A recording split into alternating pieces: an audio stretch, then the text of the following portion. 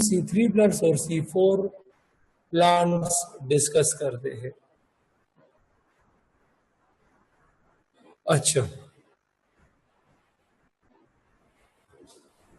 यहां देखो C3 plants और C4 प्लांट्स, उसको डिस्कस करने से पहले मैं आपको कुछ बताना चाहता हूं।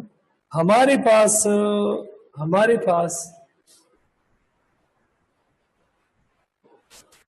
दो किस्म के प्लांट्स होते हैं।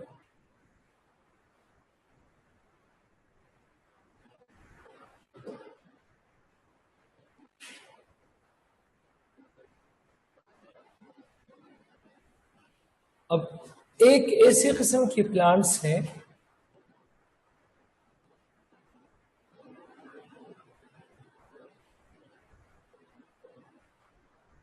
जिसमें ये लीफ है, और इस दूसरे किस्म के प्लांट में भी ये लीफ है।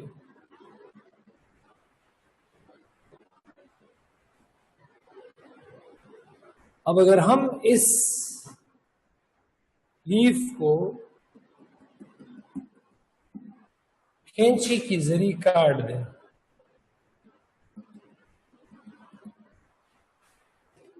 और इस लीफ का हम क्रॉस सेक्शन स्ट्रक्चर स्टडी करें, क्या चीज स्टडी करें? क्रॉस सेक्शन स्ट्रक्चर स्टडी करें, तो इसमें हमारे पास पहले नंबर पर जो सेल्स होगा तो एपिडर्मिस होगा।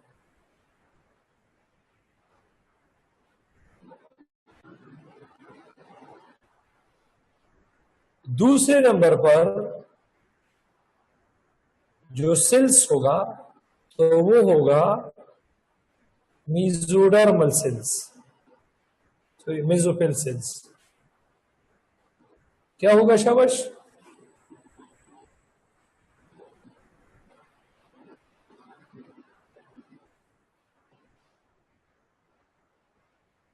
और तीसरे नंबर पर जो सेल होगा तो है वेस्कुलर बंडल्स, मतलब जाइलम और फ्लूइयम।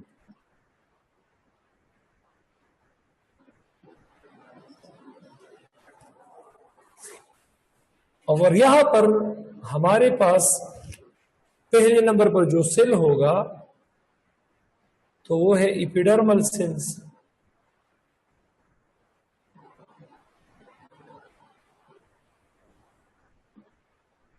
दूसरे नंबर पर मेसोफिल सेल है।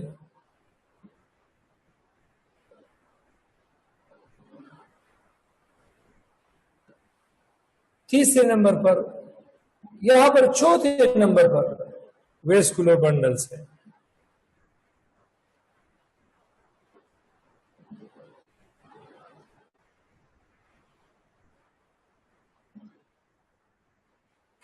तीसरे नंबर पर मेसोफिल सेल और वेस्कुलर बंडल्स, इसके दरमियान, वेस्कुलर बंडल्स के दरमियान के साथ कनेक्टेड सेल्स है, उसको हम बंडल शीथ सेल्स कहते हैं।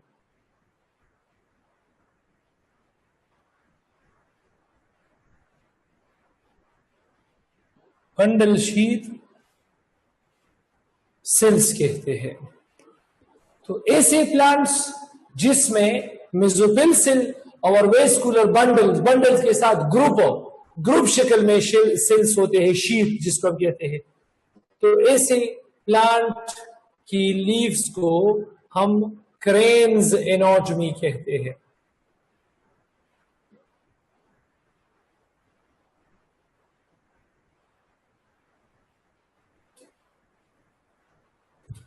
और ऐसे प्लांट्स जिसके लीव्स में बंडल शीथ सेल्स नहीं होती तो उसको नॉर्मल एनाटॉमी कहते हैं।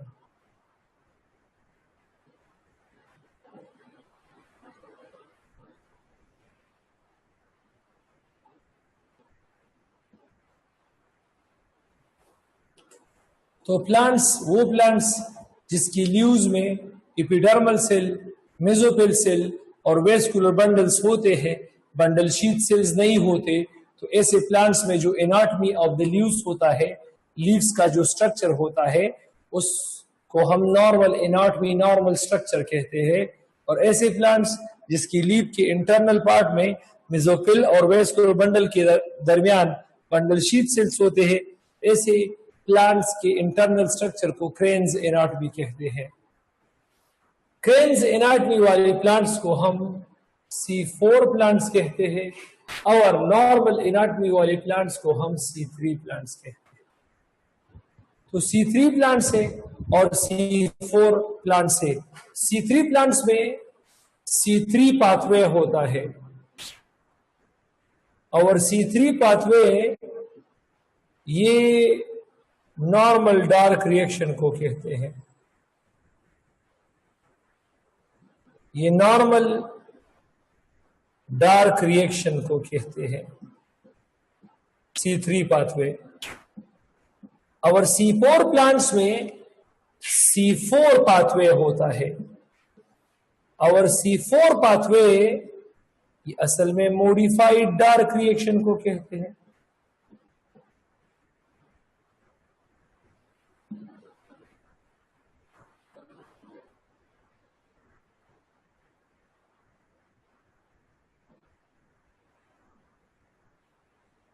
तो चलिए, डार्क रिएक्शन तो आप लोगों ने स्टडी किया है, मॉडिफाइड डार्क रिएक्शन डिस्कस करते हैं।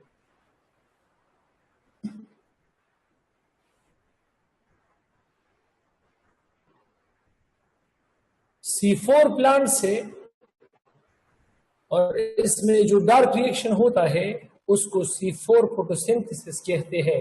और C4 फोटोसिंथेसिस में मॉडिफाइड डार्क रिएक्शन होगा।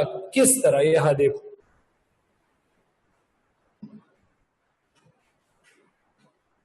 यहां पर एक सेल होता है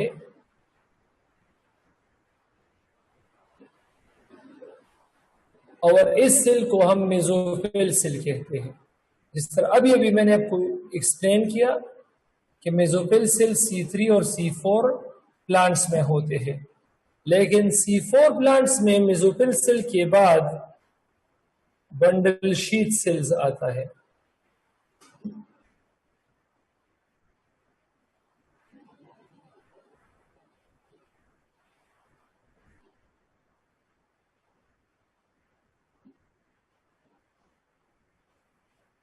मेसोफिल सेल और बंडल शीथ सेल्स।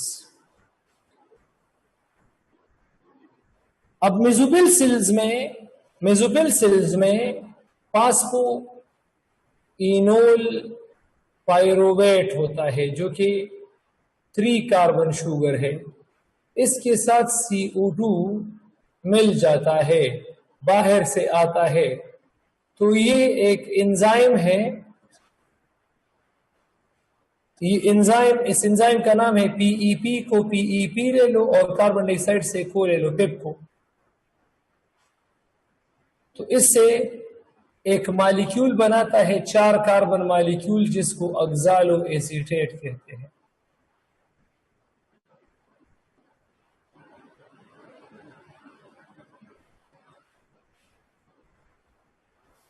इससे क्या चीज बनता है? Oxalo acetate.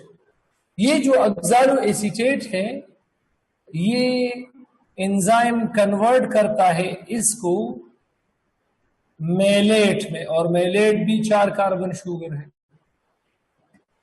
ये मेलेट ट्रांसलोकेटर के जरिए ये मेसोफिल सेल से बंडल शीथ सेल में चला जाता है, जहां पर मेलेट कन्वर्ट होता है, उससे बन जाता है pyruvic acid. Pyruvic acid 3 carbon sugar है और उससे बन जाता है CO2। CO2 में 1 कार्बन है। मेलेट में कितने कार्बन है? 4 कार्बन। तो जो 4 कार्बन मॉलिक्यूल है ये बंडल शीथ सेल में डिसोसिएट होकर 3 कार्बन मॉलिक्यूल पायरोविक एसिड और 1 कार्बन मॉलिक्यूल CO2 बनाता है और बंडल शीथ सेल में RUBP होता है। RuBp हमारे पास 5 कार्बन शुगर है, तो RuBp और CO2 ये कंटिन्यू करता है डार्क रिएक्शन को।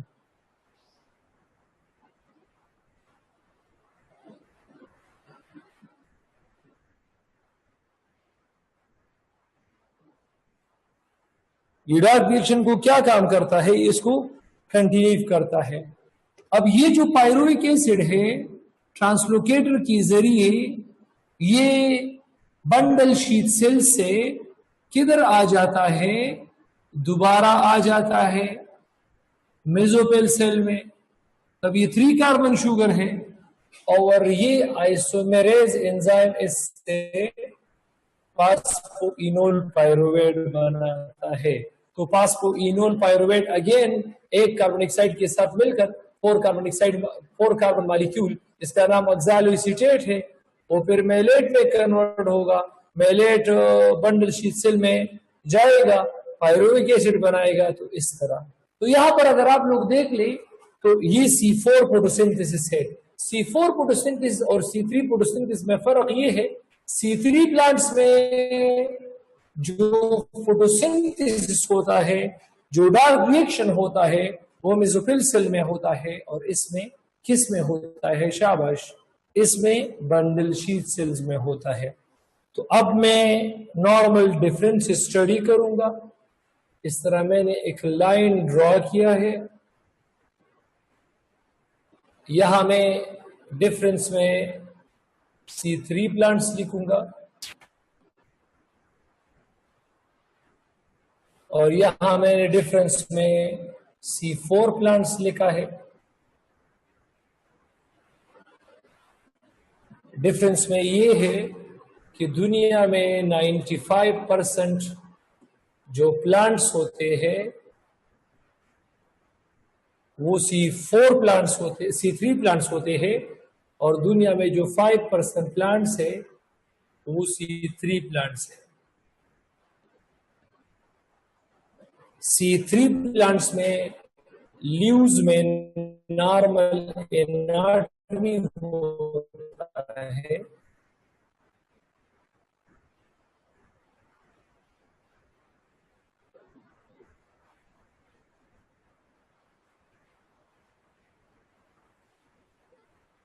और जो C4 प्लांट्स है तो इसके लीव्स में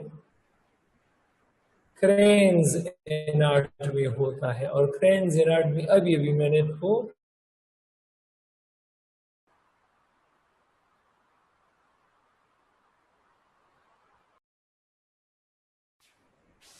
समझाया है।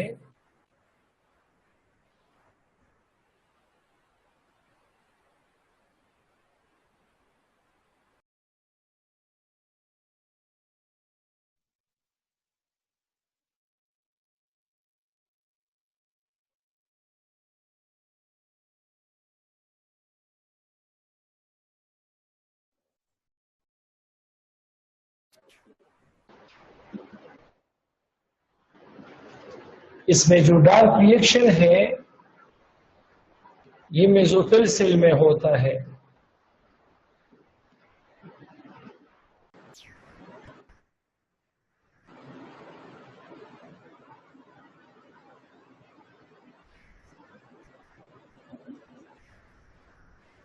और यहां पर जो डार्क रिएक्शन है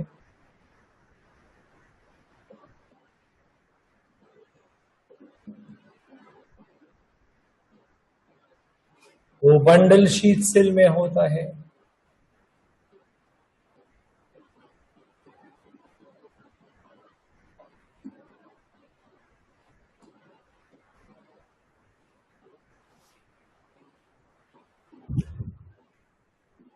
अब यहां पर जो हमारे पास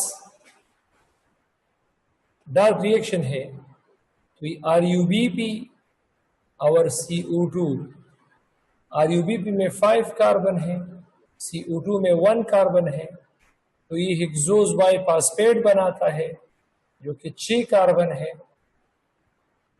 और ये कन्वर्ट होता है, बनाता है PGA और पीजीए में 3 कार्बन है और इस पीजीए में भी 3 कार्बन है।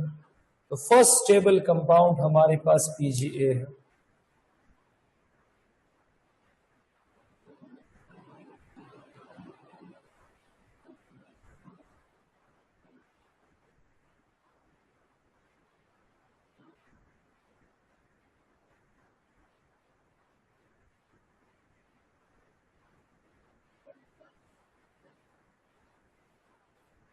और यहां पर क्या है, पीईपी है, उसके साथ CO2 मिला है, ऑक्सालो एसीटेट बना है,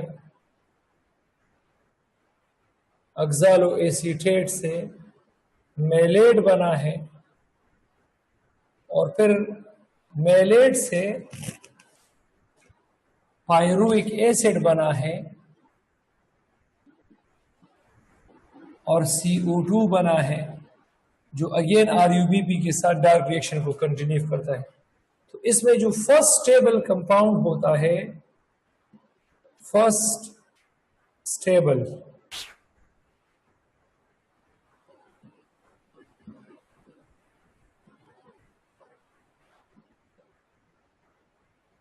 ये बहुत ज्यादा इंपॉर्टेंट है एमसीक्यूज पॉइंट ऑफ व्यू से। तो ये 4 कार्बन मॉलिक्यूल है, पीईपी 3 कार्बन है, ये 1 कार्बन है, ऑक्सालो एसीटेट है।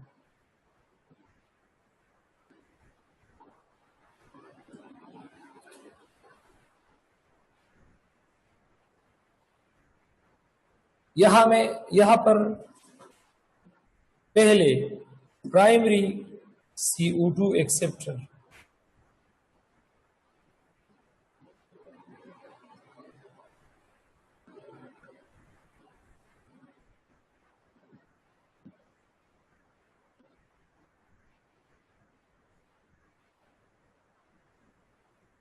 ये RUBP है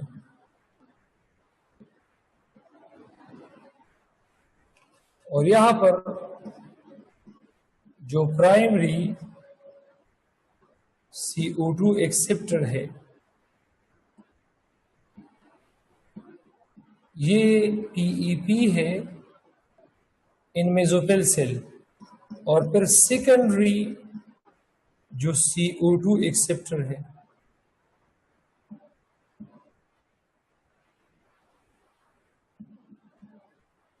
तो वो RUBP है।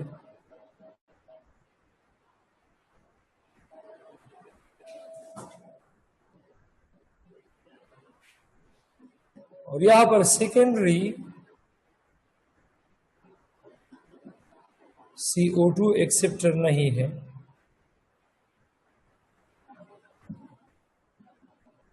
Not exists.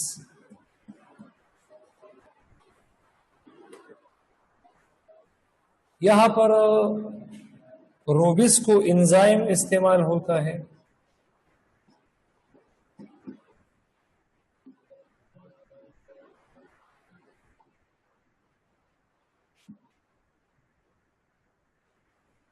और यहां पर क्या चीज है, पिपको एंजाइम मेसोफिल सेल में होता है और रोबिस्को एंजाइम ये बंडल शीथ सेल में होता है, इज यूज्ड।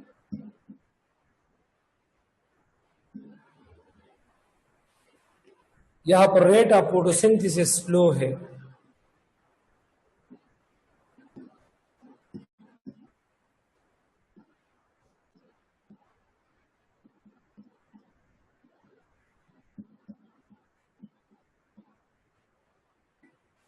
और यहां पर रेट ऑफ फोटोसिंथेसिस क्या है, फास्ट।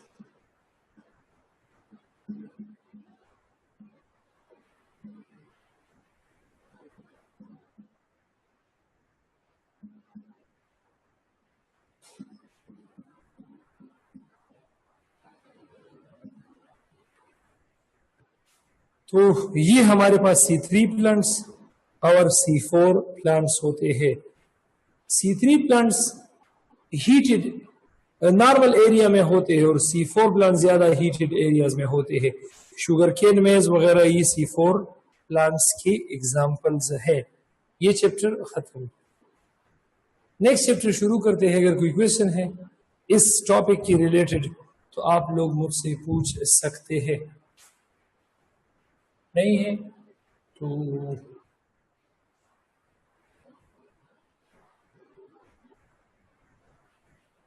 जी इफ़ा।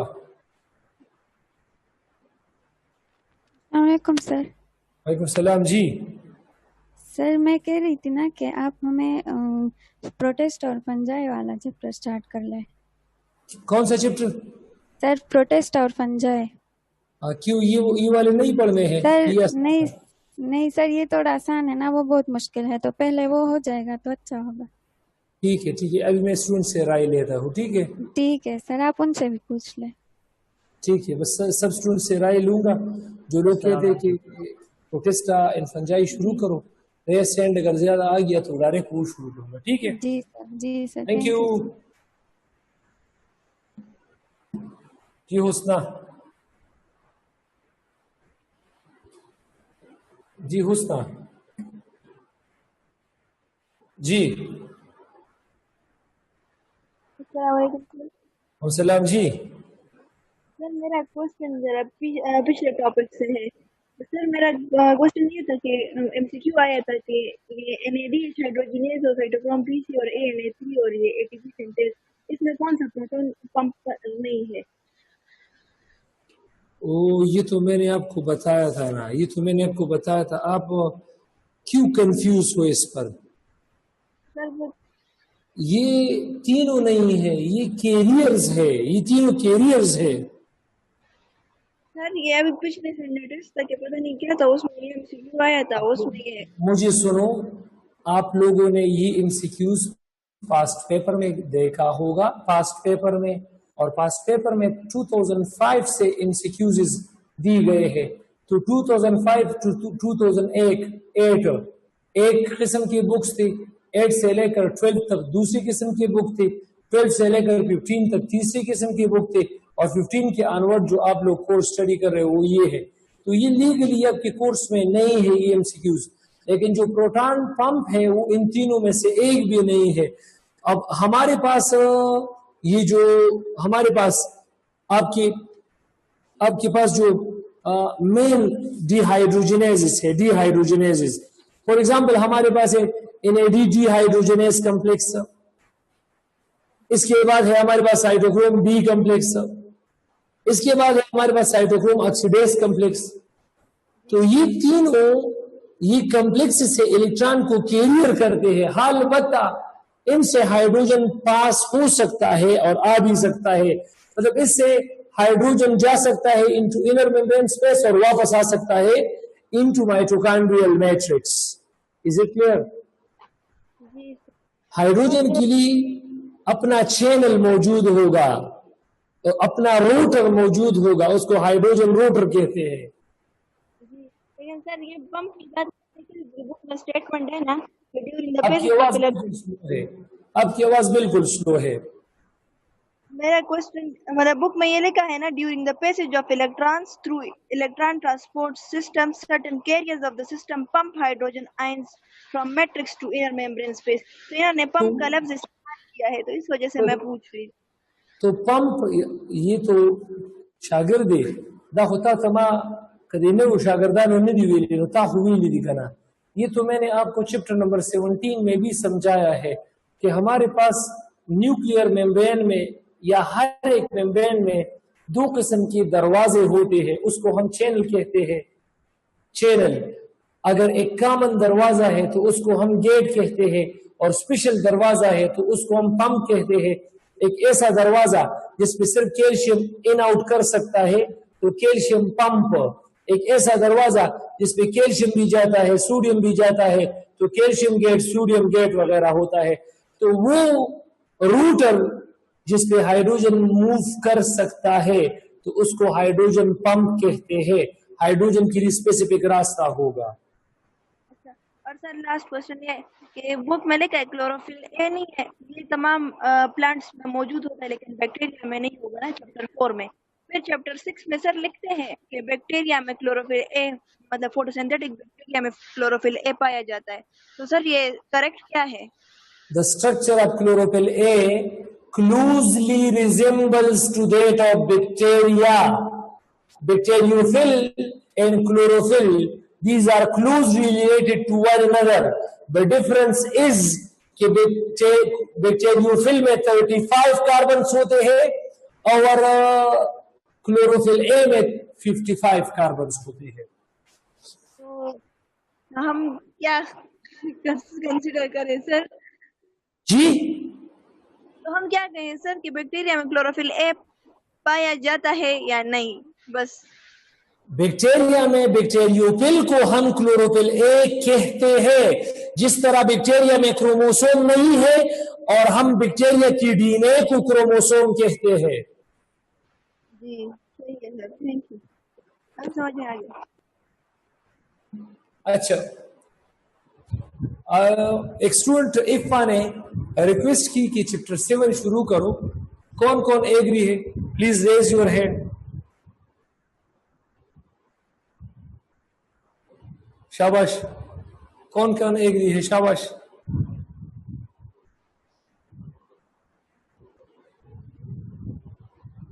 शाबाश शाबाश.